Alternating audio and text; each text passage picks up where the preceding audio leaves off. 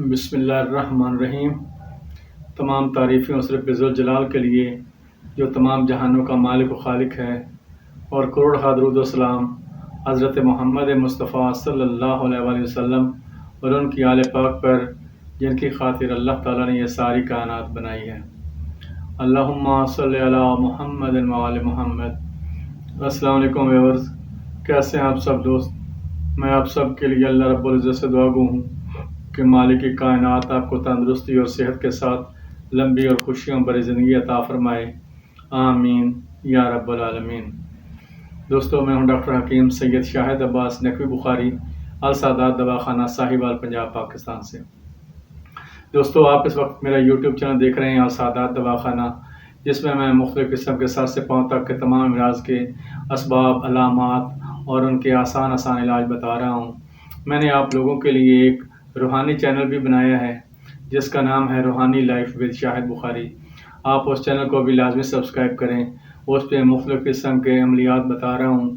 اگر آپ کو بھی کسی قسم کا کوئی جادو ٹونے کا مسئلہ ہو، کاروبار کی بندش کا مسئلہ ہو، بچوں کے رشتوں کی بندش کا مسئلہ ہو، یا بیرون ملک جانے کا مسئلہ ہو، کسی قسم کے بھی کوئی آپ کو روحانی پریشانی ہے، تو آپ اس چینل کو سبسکرائب کریں اور اپنے متعلقہ ویڈیو کو دیکھیں اور اس پر عمل کریں۔ اللہ تعالیٰ سے اس کے پیارے محبوب علیہ الصلوۃ والسلام کے وسیلہ سے دعا مانگیں، اللہ تعالیٰ کرم کرے گا، انشاءاللہ اللہ تعالیٰ آپ کی پریشانی کو دور کر دے گا۔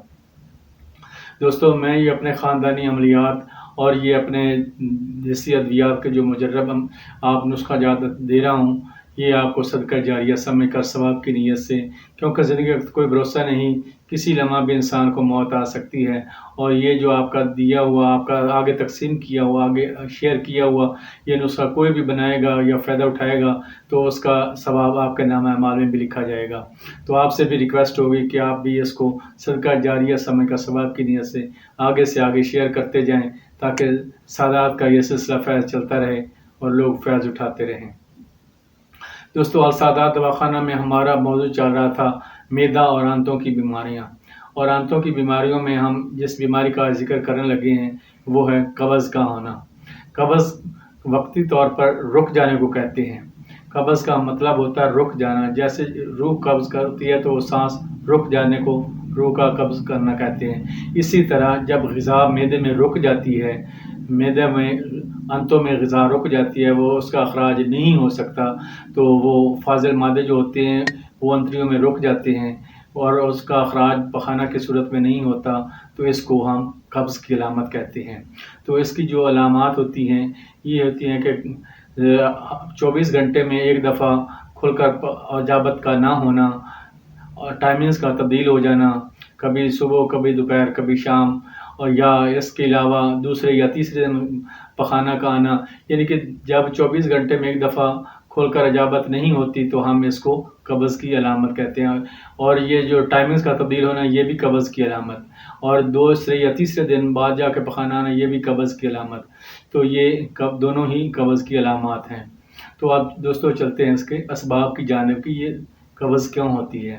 اس کی جو مختلف وجوہات ہو سکتی ہیں، مختلف اسباب ہو سکتے ہیں، ان میں ہے سگریٹ نوشی، حقہ نوشی، جو لوگ حقہ اور سگریٹ پیتے ہیں اس کی وجہ سے قبض ہو جاتی ہے۔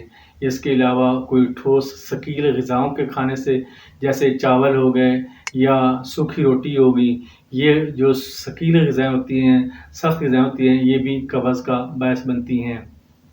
اس کے علاوہ کچھ لوگ ذہنی ٹینشن کا شکار ہوتے ہیں، اس کی وجہ سے بھی قبض ہو جاتی ہے۔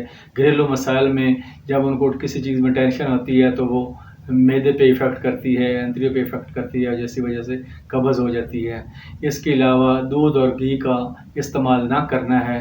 پہلے لوگ جو بزرگ ہمارے تھے وہ دن کو لسی کے ساتھ یا مکھن کے ساتھ روٹی کھاتے تھے اور شام کو دودھ کے ساتھ استعمال کرتے تھے۔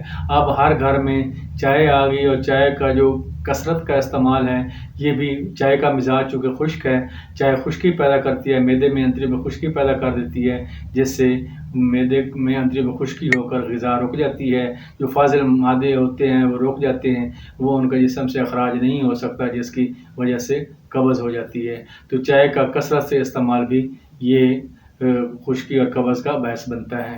اور جو پہلے لوگ تھے وہ دیسی گھی اور مکھن وغیرہ بہت زیادہ استعمال کیا کرتے تھے، وہ کچھ لوگ تو ہمارے ابھی بھی ملنے والے وہ کہتے ہیں کہ جی ہم آدھا آدھا کلو تقریباً وہ دیسی گھی ایک ٹائم میں پی جایا کرتے تھے اور ان کو برداشت بھی ہو جایا کرتا تھا.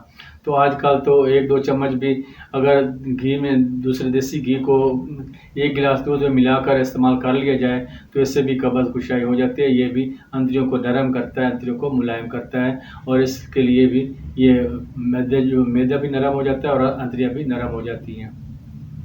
تو اب چلتے ہیں اس کے علاج کی جانب کہ اس کے لیے کیا کرنا چاہیے. سب سے پہلے تو ملین دوائیاں استعمال کرنی چاہیے. ملین کا مطلب ہوتا ہے جو انتڑیوں اور معدے کو نرم کر کے، ملائم کر کے، جو ان کو جو کثافتیں ہوتی ہیں، جو رطوبات ہوتی ہیں، وہ ان کو غلاظتوں کو جو جسم سے باہر نکالتے ہیں نرم کر کے، تو اس کو ملین کہتے ہیں. اور جو پخانے کی صورت میں، جلابوں کی صورت میں ہوتا ہے اس کو مسل بولتے ہیں. مسل جو ہوتا ہے وہ اندریوں میں اپنی دوائیوں کو جو خشکی اور تیزی کی وجہ سے جو ہے نا وہ پخانہ لاتی ہیں، ان کو مسل کہتے ہیں. اور جو اندریوں کو نرم کر کے پخانہ لائیں اس کو ملین کہتے ہیں. تو کوشش کرنی چاہیے زیادہ سے زیادہ ملین دوائیاں بنائیں، ملین دوائیاں استعمال کریں. دودھ میں گھی استعمال کر سکتے ہیں، یا دودھ میں کیسٹر آئل جس کو روغن ارنڈ کہتے ہیں تو وہ بھی آپ استعمال کر سکتے ہیں. اس کے علاوہ آپ کیسٹر آئل کے ساتھ ساتھ آپ دوسرے گلقند لے لیں. گلقند کو پھول گلاب جو اس کو گلقند بنوا لیں، ان کی بنی بنائی مارکیٹ سے مل جاتی ہے، وہ بھی آپ لے سکتے ہیں. اس کو لے کے دودھ میں پکا کے تو وہ 1.5 گرام آپ استعمال کریں، کو اس سے بھی قبض کشائی ہو جاتی ہے. اس کے علاوہ میں یہ آپ کو ایک بہت ہی زبردست نسخہ عطا کرتا ہوں، وہ بھی صدقہ جاریہ سمے کا ثواب کی نیت سے. آپ نے 10 تولہ لے لینا ہے عمدہ گل بنفشہ. گل بنفشہ 10 تولہ لے کر اس کو 1 کلو پانی میں بھگو دینا ہے. 1 کلو پانی میں 1 دن اور رات بھگا رہے، پھر دوسرے دن اس کو آگ پر چڑھا دیں. جب اس کا 3 حصے پانی ختم ہو جائے، چوتھا حصہ پانی رہ جائے، تو پھر آپ نے اس کو نوار لینا ہے، اتار کے اس کو پون لینا ہے اور صاف پانی کر لینا ہے. جب کچھ دیر پانی کو پڑا رہنے دیں، اس سے پانی جو ہے وہ جو کثافت ہوگی اس دوائی کی وہ بھی نیچے بیٹھ جائے گی. آپ نے آرام سے احتیاط کے ساتھ اوپر سے پانی سارا اس کا نتھار لینا ہے. پانی نتھارنے کے بعد آپ نے اس میں 10 تولہ روغن بادام ڈال دینا ہے، اور 10 تولہ روغن بادام ڈال کر تو اس کو ہلکی ہلکی آنچ پہ پکانا ہے. تیز آنچ نہیں کرنی، ہلکی آنچ پہ اس کو سارے پانی کو خشک کر لینا ہے. جب تیل صرف رہ جائے، روغن بادام رہ جائے اور سارا پانی خشک ہو جائے تو اس کو اتار لیں. آپ نے یہ روغن جو ہے 1 چمچ دودھ میں ڈال کر استعمال کرنا ہے. تو یہ جو ہے روغن قبض کشا انتہائی بہترین چیز ہے، انتہائی مفید ہے، اور یہ دائمی قبض کو بھی ختم کرتا ہے. یہ قبض کی بھی 2 اقسام ہوتی ہیں. ایک ہوتی ہے عارضی، جو وقتی طور پر کسی چیز کے کھانے سے، ثقیل غذاؤں کے کھانے سے، چاول کھانے سے یا وقتی طور پر ہو جاتی ہے. ایک ہوتی ہے دائمی قبض، جو انسان کو ہر وقت ہمیشہ قبض رہتی ہے. تو وہ جو دائمی قبض ہوتی ہے وہ زیادہ نقصان دہ ہوتی ہے. وہ اس کا یہ لمبا علاج ہوتا ہے، لمبا پروسیس ہوتا ہے. تو یہ کچھ عرصہ یہ روغن استعمال کرتے رہیں گے تو انشاءاللہ دائمی قبض سے بھی جان چھوٹ جائے گی، اور جو عارضی وقتی طور پہ قبض ہوئی ہے تو اس کا بھی انشاءاللہ خاتمہ ہو جائے گا. تو دوستو یہ تھی میری آج کی ویڈیو، امید ہے پسند آئی ہوگی. اور آپ دوستوں سے ریکویسٹ ہے کہ آپ میرے لیے بھی دعا کیجیے گا کہ اللہ تعالیٰ ہم سب کو ایک دوسروں کے لیے آسانیاں پیدا کرنے کی توفیق عطا فرمائے. آمین یا رب العالمین.